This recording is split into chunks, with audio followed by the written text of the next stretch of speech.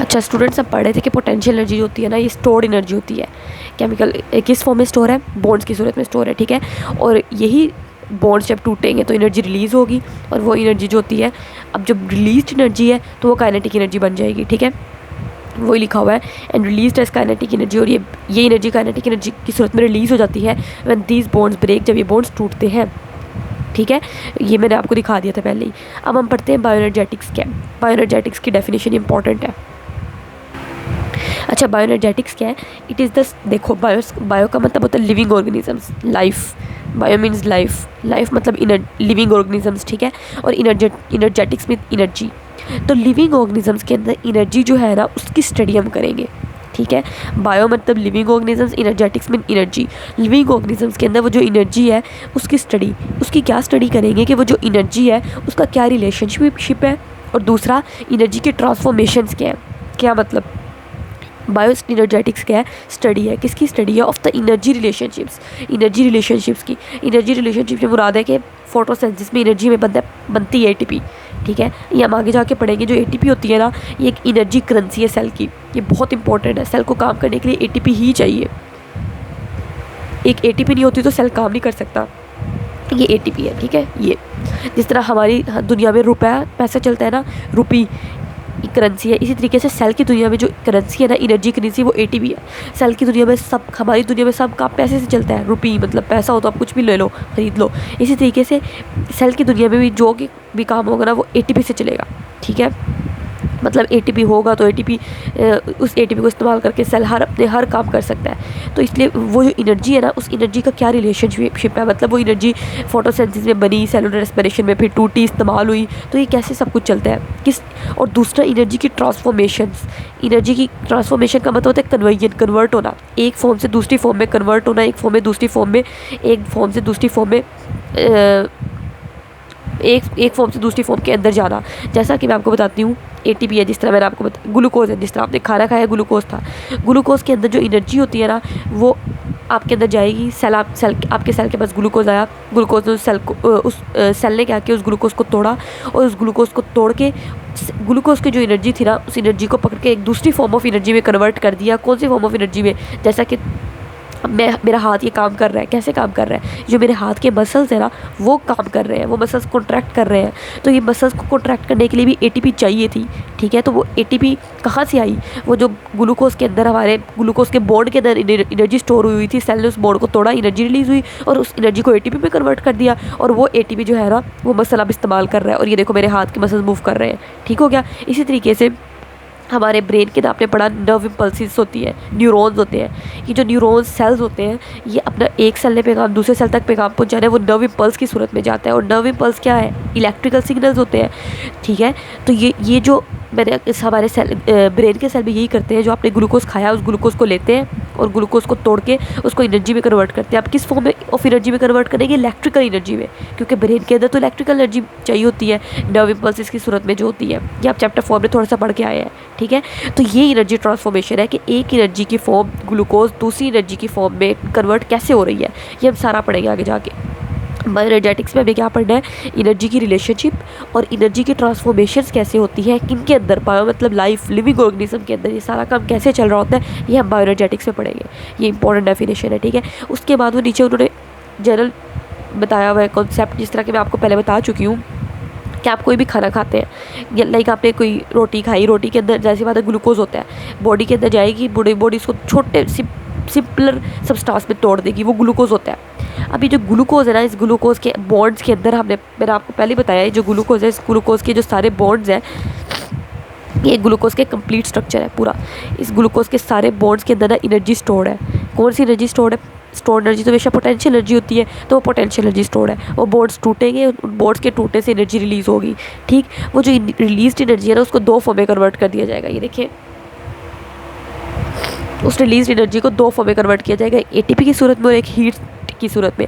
वो जो एटीपी है ना, एटीपी ये मैंने आपको पहले बताया एनर्जी करेंसी है सेल की, ये एटीपी है। एटीपी के अंदर जो होती है ना, वो एनर्जी स्टोर्ड होती है। किस फॉर्म में स्टोर्ड होती है? ये जो फॉस्फेट ग्रुप नजर आ रहे हैं ना आपको, इसके दरमियान में बॉन्ड्स है, ये इन बॉन्ड्स के अंदर ये बॉन्ड और ये वाला बॉन्ड, इन बॉन्ड्स के अंदर एनर्जी स्टोर हुई है, ठीक है। जब एटीपी का मॉलिक्यूल टूटेगा ये बॉन्ड्स टूट जाएंगे, एनर्जी रिलीज़ हो जाएगी। ठीक, तो हमने क्या किया, वो जो ग्लूकोज की एनर्जी थी उसको वक्ती तौर पर इस फॉर्म ऑफ एनर्जी में स्टोर कर दिया, ताकि जब हमें ज़रूरत पड़े ना तो हम इसको इस्तेमाल कर सकें। ठीक है, तो ये ATP है। वही कह रहा है कि जो फूड की एनर्जी थी वो ATP की एनर्जी में कन्वर्ट हुई, और दूसरा उसको हीट एनर्जी, जब भी एनर्जी होती है ना कन्वर्ट एक फॉर्म से दूसरी फॉर्म में, तो हीट एनर्जी तो निकलती है। तो वो जो हीट एनर्जी है ना वो आपका बॉडी टेम्परेचर मेंटेन करने के लिए इस्तेमाल होगी। ठीक है, ये देखिए वो लिखा, ये इस पैराग्राफ में लिखा है, ऑर्गेनिजम्स ऑब्टेन एनर्जी। ऑर्गेनिज्म कैसी एनर्जी लेते हैं? बाय मेटाबोलाइजिंग द फूड दे ईट और प्रिपेयर। जो खाना उन्होंने खाया, या पौधों हम तो प्रिपेयर नहीं करते, प्लांट्स प्रिपेयर करते हैं, या जो उन्होंने फूड प्रिपेयर की उसको मेटाबोलाइज करके, मतलब उस लाइक ग्लूकोज है, ग्लूकोज को तोड़ के उन्होंने मेटाबोलाइज से मुराद है कि मेटाबॉलिज्म के अंदर आपने पढ़ा है 2 प्रोसेस होते हैं, कैटाबॉलिज्म का, एनाबॉलिज्म का। कैटाबॉलिज्म में बड़े मॉलिक्यूल होते हैं वो टूटते हैं, एनाबॉलिज्म में छोटे से बड़े मॉलिक्यूल बनते हैं। तो ये जो मेटाबॉलिज्म का प्रोसेस होता है ना, इस प्रोसेस के ज़रिए से हम एनर्जी ऑब्टेन करते हैं उस खुराक से जो हमने खाई या जो पौधों वगैरह ने प्रिपेयर की हुई है। Food contains potential energy in its bonds. Food जो होती है ना, जैसे कि ग्लूकोज है, फूड है, इसके बॉन्ड्स के अंदर एनर्जी स्टोर है, और किस फॉर्म के अंदर स्टोर है? पोटेंशियल एनर्जी की सूरत में स्टोर है। When these bonds are broken down, जब ये बॉन्ड्स टूटेंगे तो क्या होगा? Large amount of kinetic energy is usually release, तो एनर्जी रिलीज़ होगी। अब जब वो एनर्जी रिलीज़ हो गई है, वो स्टोर नहीं रही, तो वो जब स्टोर एनर्जी तो पोटेंशियल एनर्जी थी, अब वो स्टोर नहीं रही तो वो पोटेंशियल एनर्जी नहीं रही, अब वो बन गई काइनेटिक एनर्जी। ठीक, वो कहते हैं कुछ जो एनर्जी है ना, ये जो एनर्जी रिलीज़ हुई है, उस एनर्जी को हम स्टोर कर लेते हैं ATP के बॉन्ड्स के अंदर in the form of potential energy की सूरत में। वही मैंने आपको बताया, जो फूड थी उसके अंदर एनर्जी थी, वो फूड को हमने तोड़ के एनर्जी निकली, उस एनर्जी को 2 फॉर्म के अंदर कन्वर्ट कर दिया जाएगा। जैसा कि आपको नज़र आ सकता है, ये देखिए ये फूड है, और फूड को हमने 2 फॉर्म ऑफ एनर्जी में कन्वर्ट कर दिया, एक ATP में कन्वर्ट किया, और एक तो हीट एनर्जी तो बननी है। ठीक है, तो जो फूड से एनर्जी रिलीज़ हुई, उस एनर्जी को हमने ट्रैप कर लिया, और किस सूरत में ट्रैप किया, ये देखें, ये फॉस्फेट ग्रुप के दरमियान में ये आपको ये वाला टिल्टेड सा बोर्ड नज़र आ रहा है ना, ये बोर्ड जो है ना, इसके अंदर एनर्जी स्टोर करते हैं हम ATP के अंदर। ठीक है, इसके अंदर एनर्जी भरी पड़ी है, इधर भी एनर्जी भरी पड़ी है। जब ये टूटेंगे तो बहुत ज़्यादा एनर्जी रिलीज़ होना शुरू हो जाएगी। तो वही लिखा हुआ है कि जब ये बोर्ड्स टूटेंगे ना, तो लार्ज अमाउंट ऑफ एनर्जी, ये कहाँ पे, ये when these boards are broken down, जब ये बोर्ड्स टूटते हैं तो large amount of kinetic energy release हो जाती है। ठीक, कुछ एनर्जी जो है ना, जो रिलीज़ एनर्जी है, इसको हम पोटेंशियल एनर्जी की सूरत में स्टोर कर लेते हैं। कहाँ पे स्टोर कर लेते हैं? In the bonds of ATP molecules. जो ATP के बॉन्ड्स है ना, उनके अंदर, वो जो मैंने आपको दिखाए थे 2 बॉन्ड्स। वाइल द रेस्ट, जबकि जो बाकी एनर्जी बचती है वो एस्केप्स एज हीट, वो हीट की सूरत में खारिज हो जाती है, और वो हीट आपका बॉडी टेम्परेचर मेंटेन करती है, जो कि 37.8 डिग्री सेल्सियस होता है। ठीक है, potential energy stored in the ATP। अब वो जो एनर्जी ATP के अंदर स्टोर थी, जब कभी हमारी बॉडी को ज़रूरत पड़ेगी, हम खाना नहीं खा रहे, या हमने कोई रोज़ा वगैरह रखा हुआ है, या फास्टिंग वगैरह की हुई है, तो उस प्रोसेस में क्या होता है, ये बॉन्ड टूटेगा। पहले ये बॉन्ड टूटता है, इस बॉन्ड के टूटने से एनर्जी रिलीज़ होगी। ठीक है, वो एनर्जी हमें मिलेगी। फिर आप मज़ीद खाना नहीं खा रहे, मज़ीद आपको एनर्जी की ज़रूरत है, फिर ये वाला बॉन्ड भी टूट जाएगा और मज़ीद एनर्जी रिलीज़ होगी।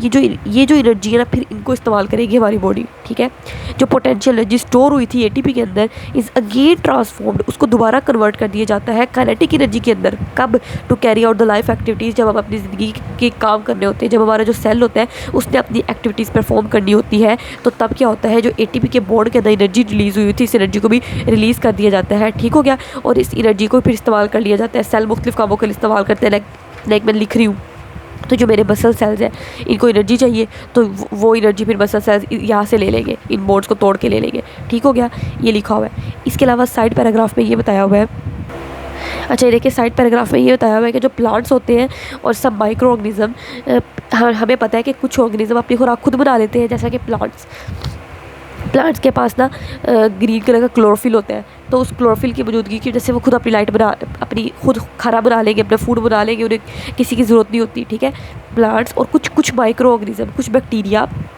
उनको कहते हैं फोटोसिंथेटिक बैक्टीरिया, क्योंकि वो अपनी खुराक खुद बना रहे हैं। और एल्जी, ये जो ग्रीन कलर की एल्जी होती है ना, पाइप्स वगैरह में लग जाती है, इन्होंने क्या करना है, ये 3 ऑर्गेनिजम्स ऐसे हैं जिन्होंने अपना खाना प्रिपेयर फूड, अपनी खुद फूड प्रिपेयर कर लेनी है। कैसे फूड प्रिपेयर होती है? कार्बन डाइऑक्साइड और वाटर से in the presence of light, light की मौजूदगी में। इस प्रोसेस को फोटोसिंथेसिस कहते हैं ना। तो इस प्रोसेस के ज़रिए से प्लांट्स ने, फोटोसिंथेटिक बैक्टीरिया ने और एल्गी ने अपनी फूड खुद तैयार कर लेनी है। ठीक है, ये याद रख रहे हैं, अपने 3 ऑर्गेनिज्म अपनी खुराक खुद तैयार करते हैं। इसके अलावा बाकी ऑर्गेनिजम्स जो होते हैं लाइक एनिमल्स के अंदर हम भी आ जाते हैं। फंजाई वो होती है जो कि ब्रेड वगैरह पे लग जाती है। अगर आप देखें ब्रेड 2-3 दिन तक पड़ी रहे तो उसके ऊपर, रोटी के ऊपर फंजाई लग जाती है। ठीक है, वो और मैनी ऑर्गेनिज्म, बहुत से दूसरे organism like non photosynthetic bacteria, जो बैक्टीरिया फोटोसिंथेसिस नहीं कर सकते वो, एंड प्रोटोजोआ ऐसे ऑर्गेनिज्म होते हैं, ये एनिमल्स की तरह होते हैं लेकिन एनिमल्स नहीं होते। मतलब इनकी कुछ करैक्टरिस्टिक एनिमल्स से मिलती है लेकिन एनिमल्स बिल्कुल नहीं है। ठीक है, ये जो ऑर्गेनिज्म है ना, इन्हें अपनी खुराक खुद तैयार नहीं कर सकते। तो गेट द प्रिपेयर्ड फूड, इन्होंने क्या करना है, प्रिपेयर्ड फूड लेनी है। मतलब खुद तो तैयार कर नहीं सकते, तो इनको बैक्टीरिया वगैरह से अपनी फूड चाहिए होगी। तो ये जो पौधों ने फूड तैयार की है, या बैक्टीरिया ने तैयार की है, या एल्गी ने तैयार की है, उनसे ये अपनी खुराक लेते हैं। ठीक है, खुद खुराक तो ये बना नहीं सकते। तो ये इन्होंने इस पैराग्राफ के अंदर बताया हुआ है।